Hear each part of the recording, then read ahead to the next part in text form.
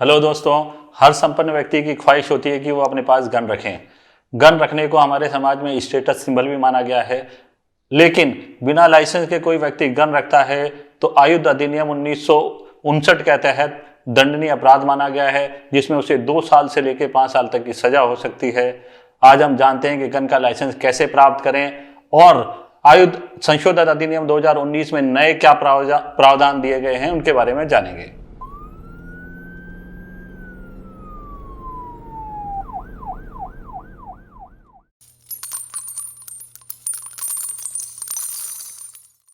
दोस्तों, आयुध के संबंध में सरकार द्वारा सन 1959 में कानून बनाया गया। उसके बाद सन 2016 में संशोधन किया गया। उसके बाद सन 2019 में संशोधन किया गया। उसी के अनुसार लाइसेंस प्राप्त करने के संबंध में नियम बनाए गए हैं। आप उन्हीं के अनुसार लाइसेंस प्राप्त कर सकते हैं। और लाइसेंस के संबंध में सरकार द्वारा कमिश्नरेट स्तर पर कमिश्नर को, जिला स्तर पर डीएम को, एसपी को और डीसीपी को अलग अलग तरह से नोटिफिकेशन जारी करके अधिकृत किया गया है। उन्हें ही लाइसेंस देने का अधिकार प्राप्त है। दोस्तों, लाइसेंस के लिए 3 तरह के लोग अप्लाई करते हैं, एक व्यक्तिगत रूप से, एक संस्था के रूप से, एक मैन्युफैक्चरर। व्यक्तिगत रूप से वो लोग जिनको आत्मरक्षा के लिए हथियार चाहिए, दूसरा वो जो स्पोर्ट्स पर्सन है जो शूटिंग वगैरह खेल में भाग लेते हैं, तीसरे वो जो अपने फसल की रक्षा के लिए उनको हथियार की आवश्यकता होती है। इसका फॉर्म ऑनलाइन भी प्राप्त किया जा सकता है गृह मंत्रालय की वेबसाइट से, और डीएम के कार्यालय, एसपी कार्यालय या कमिश्नरेट में जाकर भी प्राप्त किया जा सकता है। लाइसेंस के लिए आवेदन को हम 2 तरीके से भर सकते हैं, ऑनलाइन और ऑफलाइन। ऑफलाइन आप डीएम कार्यालय से, एसपी ऑफिस से या जहाँ कमिश्नरेट है वहाँ से, जिनको भी अधिकृत किया गया है, लाइसेंस अथॉरिटी बनाई गई है, वहाँ से आप फॉर्म लेकर भर सकते हैं। फॉर्म कैसे भरा जाएगा ये हम आपको बताते हैं। आवेदन जो कि प्रारूप K1 है, उसको आप कैसे भरेंगे? उसमें सबसे पहले आपका नाम भरना है, फिर पिता का नाम भरना है, फिर आप लिंग क्या है, पुरुष हैं, स्त्री हैं, जो भी हैं। उसमें जन्मभूमि भरनी है, कहाँ पैदा हुए, कौन से देश में पैदा हुए, कौन से राज्य में, कौन से जिले में। आपको अपनी जन्म तारीख शब्दों और अंकों दोनों में आपको भरनी है। आपका पैन कार्ड का नंबर डालना है, आपका आधार कार्ड का नंबर डालना है, आपका वर्तमान पता देना है जहां अभी आप रह रहे हैं, उसका आपको जिला भी लिखना है और कौन से स्टेट में वो लिखना है, और कब से रह रहे हैं वो पूरा लिखना है, कितने दिन हो गए, कितने साल, कितने महीने, ये सब लिखना है। आपका मोबाइल नंबर लिखना है। मोबाइल नंबर वही लिखें जो आप यूज़ करते हैं, क्योंकि आपके पास इसी से फ़ोन आएगा, इसी नंबर पर फ़ोन आएगा। आपके नज़दीक पुलिस थाने का नाम लिखना होगा, और सबसे महत्वपूर्ण आपको अपना परमानेंट एड्रेस, स्थायी पता लिखना होगा। उसका जिला, उसका स्टेट, राज्य वो अंकित करना होगा। उसका नज़दीकी पुलिस थाना भी लिखना होगा। आप क्या काम करते हैं ये लिखना होगा। उसके बाद कॉलम नंबर 13 में दिया है कि क्या आप दोषित हैं। अगर आपने कोई अपराध किया है या आपके खिलाफ कोई केस है तो वैसे तो आपको लाइसेंस मिलेगा ही नहीं। अगर नहीं है तो आप इसमें ना लिख दीजिए। यदि आपके खिलाफ कभी सदाचार बनाए रखने के लिए कोई पाबंद किया गया है तो उसका आपको डिटेल देनी होगी। आपको हथियार रखने के लिए पाबंद किया गया है, हथियार नहीं रख सकते, इस संबंध में पाबंद किया गया है तो उसका ब्यौरा देना पड़ेगा। कब ऑर्डर हुआ, उसकी तारीख, दिनांक, उसकी अवधि, सारा लिखना पड़ेगा। आपने पहले कभी आवेदन किया है और उसका परिणाम क्या हुआ वो आपको डिटेल देनी होगी। कॉलम नंबर 14 में आपको ये बताना होगा कि पहले आपने कभी आवेदन किया है क्या, उसकी तारीख वगैरह अंकित करनी होगी। अगर वो अस्वीकृत हुआ है, लंबित है, उसका ब्यौरा आपको देना पड़ेगा। पहले कभी आपका लाइसेंस सस्पेंड हुआ है, उसका आपको ब्यौरा देना पड़ेगा। आपके परिवार में किसी अन्य के पास कोई लाइसेंस है तो उसका पूरा ब्यौरा देना पड़ेगा, लाइसेंस नंबर वगैरह डालने पड़ेंगे। आपके पास हथियार को रखने के लिए सुरक्षित जगह है या नहीं, इसका ब्यौरा देना पड़ेगा। आपने नियम 10 के अनुसार कोई प्रशिक्षण प्राप्त किया है इस संबंध में, वो आपको सर्टिफिकेट लगाना होगा। कॉलम नंबर 15 में दिया है आपको इसकी आवश्यकता क्यों है। 16 में आपको आयुध का विवरण देना पड़ेगा। आपको क्या शॉटगन चाहिए, हैंडगन चाहिए, उस पर आपको टिक करना होगा।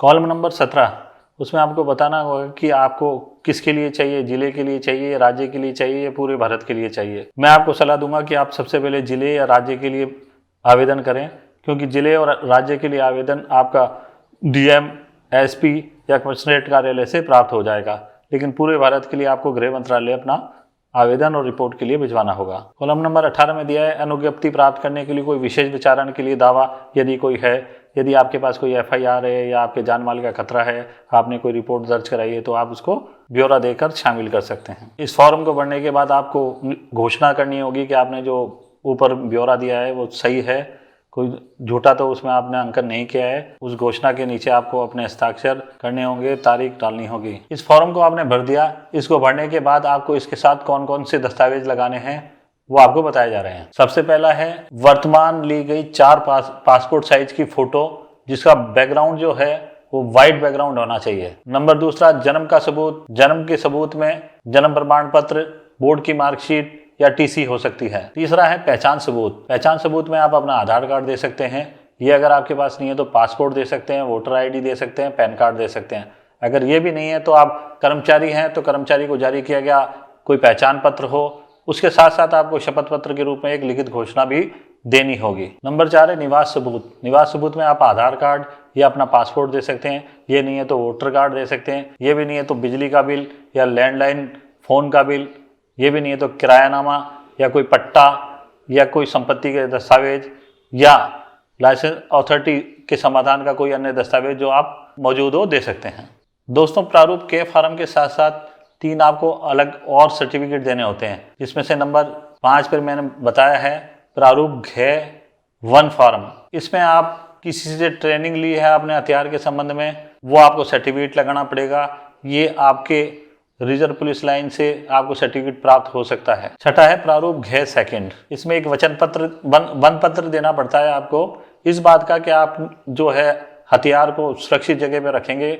उसके भंडारण के लिए आपके पास विशेष स्थान है। अगर आपके पास कोई स्थान नहीं हो तो इसके संबंध में आप कोई तिजोरी वगैरह खरीद के वो रख लें ताकि उसमें आप रख सकें। उसका बिल या उसकी फ़ोटो वगैरह आप साथ लगा सकते हैं। नंबर 7, इसमें आप अपनी शैक्षणिक शिक्षा के दस्तावेज लगा सकते हैं।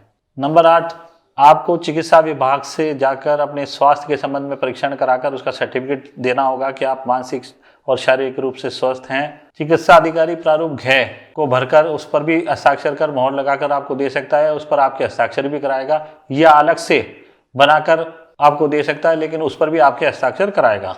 नंबर 9 है जंगली जानवरों से बचाव के लिए या फसल की रक्षा के लिए आपने आवेदन किया है तो आपको फॉरेस्ट विभाग से परमिट लेना होगा। इसके अलावा आप राशन कार्ड, अपना पैन कार्ड और अपनी इनकम टैक्स रिटर्न तथा यदि आपने पर हमला होने के संबंध में या आत्मरक्षा के लिए लाइसेंस के लिए आवेदन किया है तो आपने कोई शिकायत या FIR दर्ज कराई है तो उसकी कॉपी आप साथ संलग्न कर सकते हैं।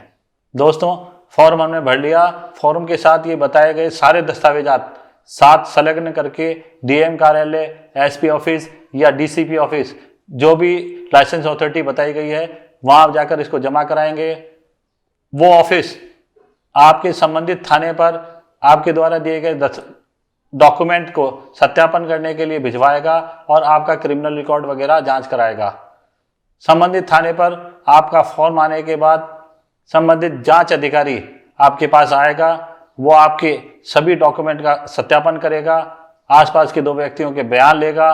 उसके बाद में वो अपनी रिपोर्ट तैयार करेगा, आपका क्रिमिनल हिस्ट्री देखेगा, आपके खिलाफ कभी कोई केस दर्ज हुआ है इसके बारे में जांच करेगा और अपनी रिपोर्ट तैयार करके DCP या SP कार्यालय को भिजवाएगा।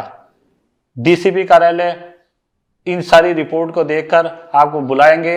आपका एक छोटा सा इंटरव्यू होगा, उसमें आपसे कारण पूछेंगे कि आपको क्यों चाहिए लाइसेंस, और कुछ जनरल सवाल पूछकर वो अपनी रिपोर्ट तैयार करेंगे। रिपोर्ट तैयार करके संबंधित लाइसेंस अथॉरिटी को भिजवाया जाएगा। लाइसेंस अथॉरिटी के पास ये सारी रिपोर्ट जाने के बाद वो पुलिस की रिपोर्ट, IO की रिपोर्ट और SP के द्वारा जो रिपोर्ट तैयार करके भेजी गई हो उसको देखेंगे और आपकी इन सभी रिपोर्टों के आधार पर देखेंगे कि क्या आपको वास्तव में लाइसेंस की आवश्यकता है। अगर उन्हें ऐसा लगता है कि आपको वास्तव में लाइसेंस दिया जाना चाहिए तो आपको लाइसेंस जारी करने के आदेश दे देंगे। आपके आवेदन को अगर स्वीकार कर लिया जाता है तो फिर आपको इसकी फीस जमा करानी होगी। फीस हर स्टेट में अलग अलग है। राजस्थान में इसकी फीस 1000 रुपये प्लस 100 रुपये लाइसेंस की प्रति के जमा होते हैं। इस प्रकार 1100 रुपये जमा किए जाते हैं। दोस्तों, यदि आपका आवेदन निरस्त कर दिया जाता है तो या तो वो आपको कारण बताएंगे और उनको ये अधिकार है कि वो आपको कारण भी नहीं बताएं, लेकिन आपको इसकी अपील करने का अधिकार होगा। दोस्तों, आयुध अधिनियम 1959 बनाया गया था, उसके बाद में 2016 में संशोधन किया गया, उसके बाद में 13 दिसंबर 2019 को संशोधन किया गया। पहले 2019 के संशोधन से पहले आप एक लाइसेंस में 3 तरह के हथियार रख सकते थे, लेकिन इस संशोधन के बाद केवल 2 तरह के आप हथियार रख सकते हैं। जिनके पास पहले से लाइसेंस जारी है और उनके पास 3 हथियार हैं, तो उनको एक हथियार को उनको वापस जमा कराना होगा। 2 हथियारों में आप रिवॉल्वर भी रख सकते हैं, पिस्टल भी रख सकते हैं, या पिस्टल रिवॉल्वर रख सकते हैं, या राइफल और रिवॉल्वर रख सकते हैं। नए संशोधन के अनुसार पहले लाइसेंस की अवधि 3 साल की थी, लेकिन इसको बढ़ा के 5 साल की कर दी गई है। अब बार बार परेशान होने की जरूरत नहीं है। दोस्तों, पहले जो है बिना लाइसेंस अगर आप गन रखते हैं तो 1 साल से लेकर 3 साल तक की सजा का प्रावधान था, लेकिन इसे बढ़ाकर नए संशोधन में 2 साल से लेकर 5 साल तक का प्रावधान कर दिया और जुर्माने का भी प्रावधान किया गया है। नए संशोधन में इस पे भी पाबंदी लगाई गई है कि किसी के पास लाइसेंस है और वो किसी शादी पार्टी में या धार्मिक आयोजन में या किसी भीड़ में फायर करता है तो उसे 2 साल तक की सजा और 1 लाख रुपए तक का उस पर जुर्माना किया जा सकता है। इसलिए आप लाइसेंस तो लें, लेकिन इसका मिसयूज नहीं करें, इसके साथ छेड़छाड़ या खिलवाड़ नहीं करें। ये आपकी आत्मरक्षा के लिए इसे संभाल कर रखें। दोस्तों, आज का ये वीडियो आपको कैसा लगा? पसंद आने पर लाइक और शेयर करें, और वीडियो देखने के लिए चैनल को सब्सक्राइब करें, और कोई जानकारी चाहने के लिए कमेंट बॉक्स में ज़रूर बताएं। धन्यवाद।